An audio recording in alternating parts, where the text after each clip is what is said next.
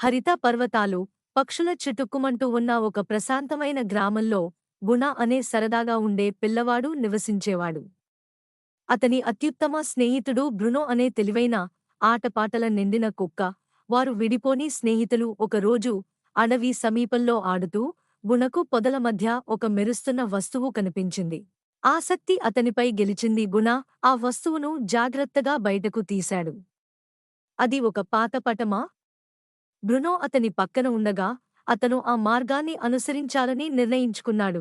అతను పటాన్ని అనుసరించేటప్పుడు అనేక సవాళ్లు ఎదురయ్యాయి. ఒక చెరువు మీద గందరగోళమైన వంతెన మరియు దారి నిండా చెట్టు పడిపోవడం అతని ధైర్యాన్ని పరీక్షించాయి. చివరకు పటం వారిని ఒక రహస్య ప్రదేశానికి తీసుకువెళ్ళింది. వారు ఒక పెద్ద చెట్టు కింద ఒక చిన్న పెట్టెను కనుగొన్నారు. దాని లోపల స్నేహమే అతి పెద్ద నిధి అని వ్రాసిన ఒక నోటుంది. ఆ రోజు నుండి గుణ మరియు బ్రునో మధ్య బంధం మరింత బలంగా మారింది. ఒక నిజమైన స్నేహితుడితో సాహసాలు మరింత అద్భుతంగా ఉంటాయని వారు నేర్చుకున్నారు.